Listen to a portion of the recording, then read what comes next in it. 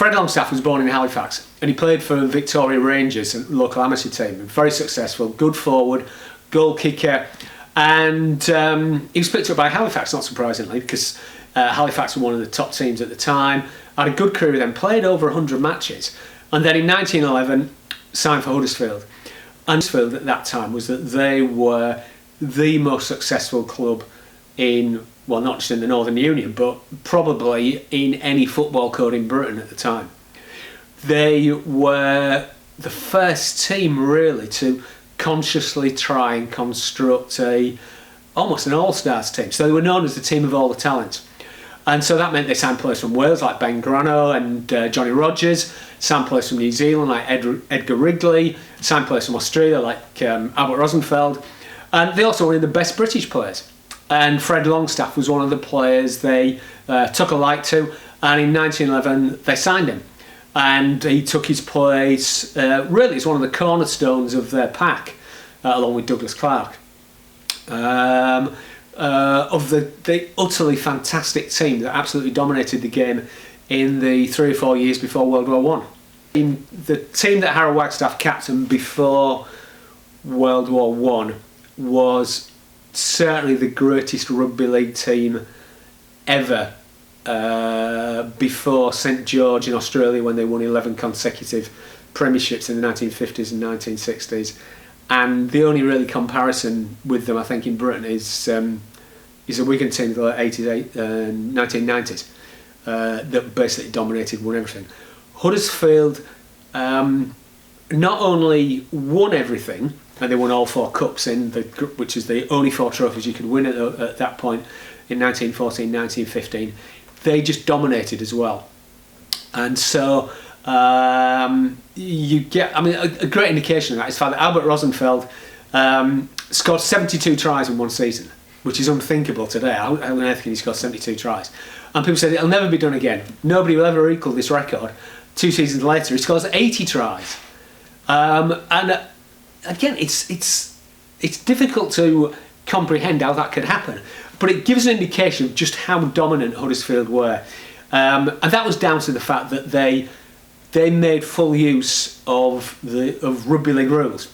You've got to remember, it was only in 1906 that the game went to 13-a-side, and the ball was introduced to move away from a scrum every tackle. And Huddersfield were really the first team that really understood and got to grips with what you could do with those new rules. So they were very tactically innovative. Harold Wagstaff in particular managed to develop the team in such a way that they were constantly being innovative. They developed things like scientific obstruction, what was called scientific obstruction, when players would appear to be running to obstruct defenders and pull away at the last minute. Again, they'd have run-around movements, which are under the old style was 15-a-side, very difficult to do, but it became a centrepiece of Huddersfield's play. The other 2 things they did that was very important, that set the pattern, not just for the Huddersfield side, but really for the way that rugby league developed over the next few decades, was that they didn't like to kick. They wanted to move away from the kind of the instinct that was in rugby union at the time, and which had carried over to some extent to the Northern Union, that the first thing you thought about when you got the ball was, can you kick it? In Harold Wagstaff's team, the first thing you thought about was, who can I pass to? Who's in a better position than me?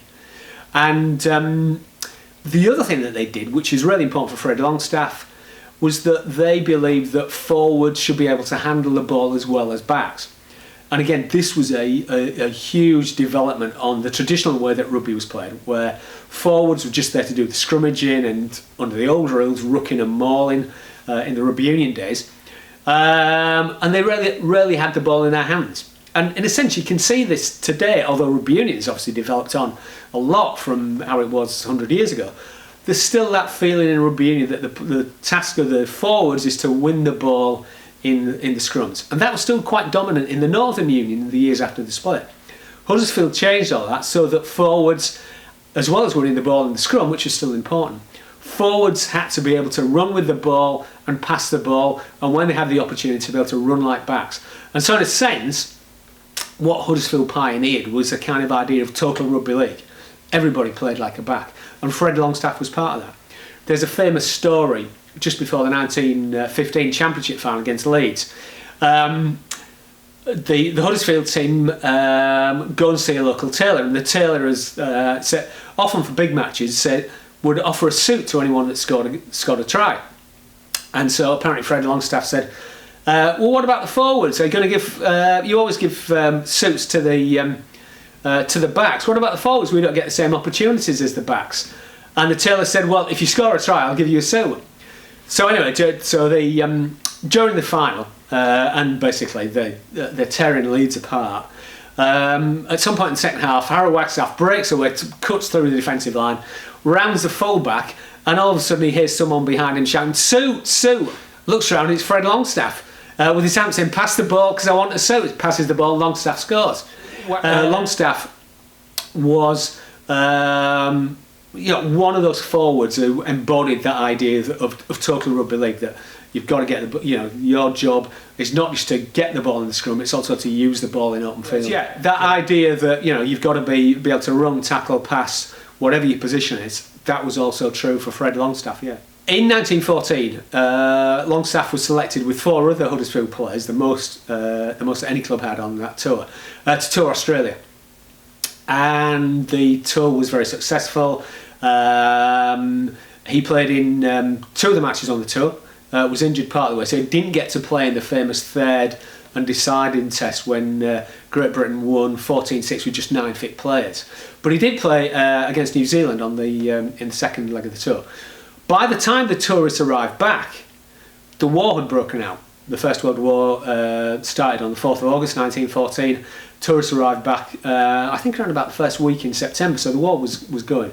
A number of players had already joined up. But he joined up at the end of the 1914-15 season. And after doing his basic training, like many tens and hundreds of thousands of other young men, ended up on the Western Front in 1916. One of the things that I think's often forgotten about is that it's easy to see the war in terms of the impact that it had on sport. But you've got to remember that rugby league was embodied in its communities. And so whilst a lot of rugby league players lost their lives in the war, at all levels, amateur players as well as professional players, and we don't know the stories of many of the amateur players who did play, supporters lost their lives. There are literally hundreds of thousands of people in the north of England who lost their lives, and millions who knew someone who lost their lives in that war. So it had an incredible effect on the industrial areas of the north of England where rugby league was played. Not just at the level of the top players, the elite players, of those who lost their lives, but right down through the game. So it was really, rugby league was really part of the way the communities saw the war. And I think this is one of the interesting things is that at the end of the war, you find that rugby union in particular is very keen to publicise the way that its players were killed, the number of its players were killed, and the sacrifices they'd made. In rugby league areas, and I think people don't quite, it's difficult to understand. In rugby league areas, not that much attention was paid to it, and that's not because of any disrespect or of any misunderstanding of the sacrifice that these players made, but because it was part of the community's losses. There had been so many thousands of people killed, and again, you've got to remember that in rugby union, by and large in England, apart from 1 or 2 areas, was very much a sport of the middle and upper classes, the professional classes. So their losses were in a sense more visible than what had happened in working class communities. So the impact that those tremendous losses had on rugby league were spread right through the game and spread right through its roots in the community, not just at the top, but all the way down to the houses of the people who were supporters, who played at recreational level, and the people who just followed the team through the local papers and through talking local pubs and shops. So it was felt right through the community, not just at the top level.